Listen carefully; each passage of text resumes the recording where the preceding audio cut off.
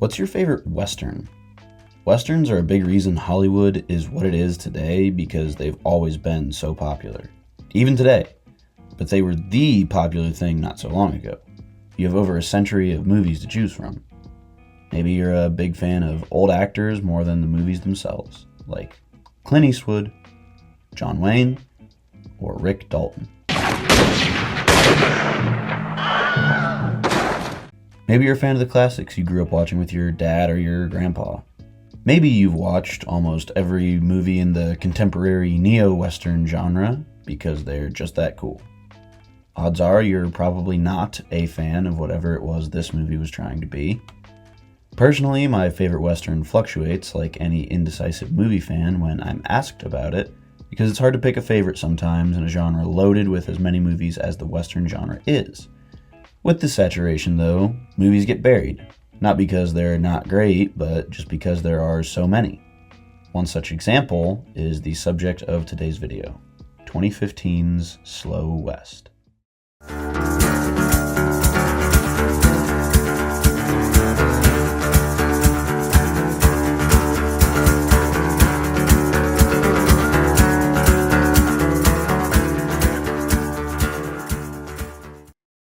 Slow West is written and directed by John McClane, who is also the writer and director of...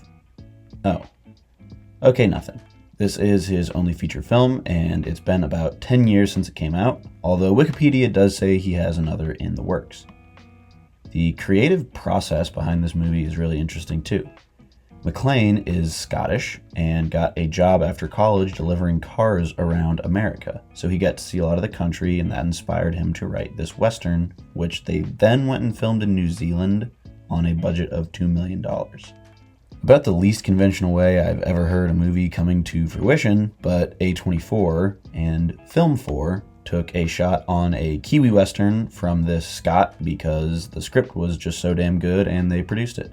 I'm so glad they did too, because this is not title hyperbole. I genuinely think Slow West is the best Western you've never heard of.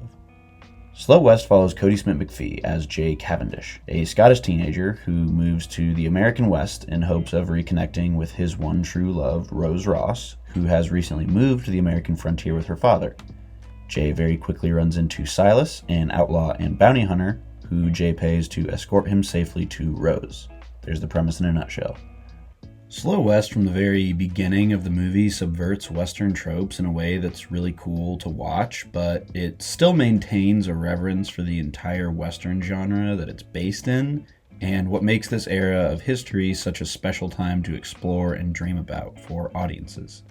McClane delivers a lot of stuff in this movie that feels like Western mythology come to life, for a character experiencing it all for the first time, much like McClane himself is familiar with. And it's all very simple.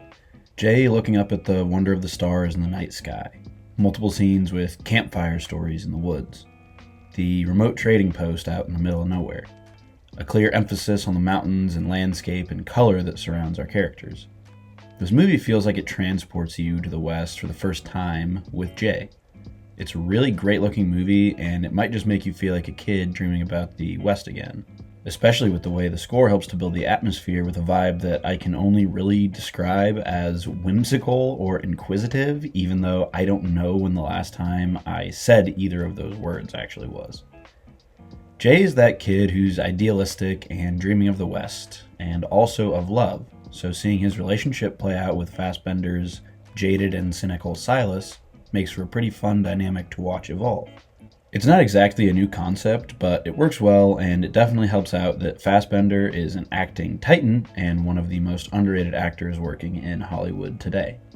The way the story is structured allows for this relationship to really flourish too, because we never truly have a grasp on the weight of the situations our characters are put in until said situations are over.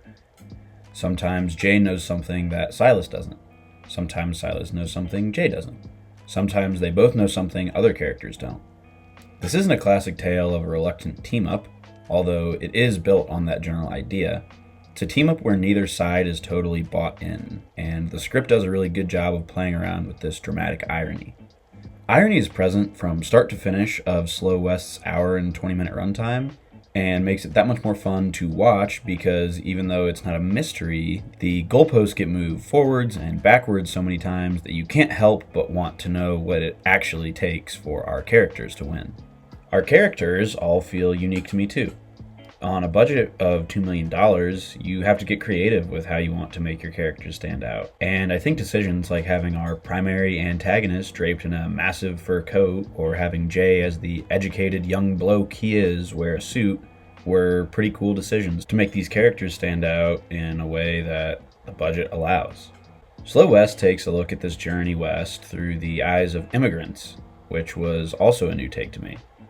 I know I've mentioned Jay and Rose are Scottish, but Silas is actually a transplant from Ireland, and many of the other side characters we come across have accents, my favorite being the German writer that Jay spends an evening with.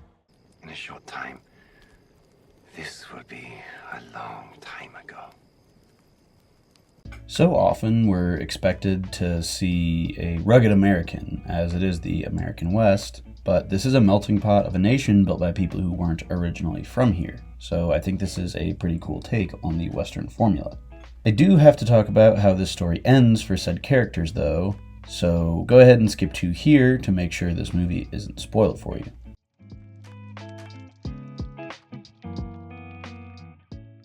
I mean, man, this one hurt. I know I just talked about the whole irony thing, but imagine the love of your life shooting you in the heart and not batting an eye after you went halfway around the world just to be with her. And then you watch her buff farmhand use your blood as war paint and kiss her on the cheek. Jay Cavendish has got to be the most down bad a man has ever been. It is a super powerful ending though, with Silas learning to live and not just survive, and Jay's last act being to save his one true love, even though, as she put it, his heart was in the wrong place. It's sad, but it's hopeful at the same time, and I thought it was a great way to wrap the story up. I also thought the decision to go back and pan over every body that had been dropped throughout the duration of the movie was super cool and physically reminded us that a lot has happened in this slow little small-scale Western. Slow West is definitely not so slow. Slow West is absolutely worth your time. Like I mentioned earlier, the credits roll at right around 80 minutes, so even if you think this movie sucks, which you won't, you've sunk about as much time as you would into an episode of House of the Dragon, so it can't be that much of a loss. Slow West has something for everyone, and I think you should watch it, especially if you're the type that's always craving a good Western, but you think you've seen all the good ones. That's all I've got for today, though. Thanks so much if you've stuck around this long. Go ahead and click some of those buttons for me to send my channel to the moon. Pretty please. Hope I'll catch you next time. Cheers.